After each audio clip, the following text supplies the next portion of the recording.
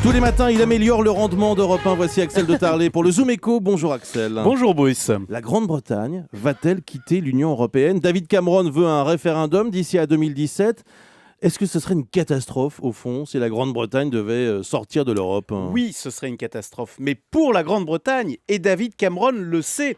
Et d'ailleurs, c'est pour ça qu'on est dans cette situation un peu surréaliste, où d'un côté, vous avez David Cameron, qui, dans un élan viril, promet d'organiser ce référendum pour sortir de l'Europe s'il est réélu.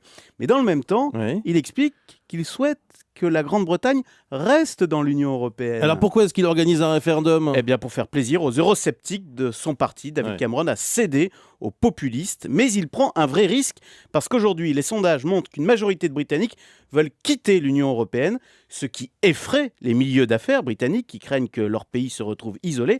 D'ailleurs, Barack Obama a prévenu les Anglais, si vous sortez de l'Union, vous vous retrouverez tout seul, sans alliés.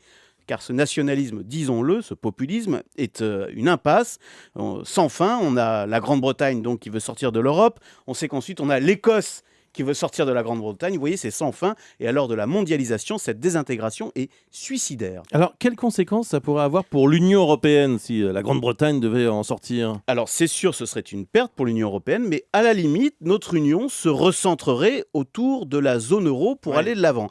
Et justement, voyons les choses du bon côté. Avec ce référendum, on va enfin pouvoir clarifier les choses. L'Europe, tu l'aimes ou tu la quittes, car on est à ce moment historique de la construction européenne où il faut plus d'intégration avec des décisions contraignantes, avec un engagement fort. Or, les Britanniques, on le sait, jouent trop perso. Eh bien, avec ce référendum, finalement, ils se sont piégés eux-mêmes. Ils vont maintenant devoir choisir et on va donc enfin sortir de cette situation bancale qui dure depuis 40 ans où les Anglais ont un pied dehors, un pied dedans et c'est tant mieux. Le chiffre du jour, 29 €. La SNCF lance un Paris-Lyon en bus à 29 €. Alors temps de trajet 6 à 8 heures selon que vous partez de la gare Paris-Bercy ou de l'aéroport Charles de Gaulle avec un voyage de jour et un voyage de nuit. La SNCF lance un trajet en bus. Voilà. Très bien. Sinon vous avez le TGV en 2 heures. Voilà, mais c'est beaucoup plus cher évidemment. Exactement. Merci beaucoup Axel de Tarlet.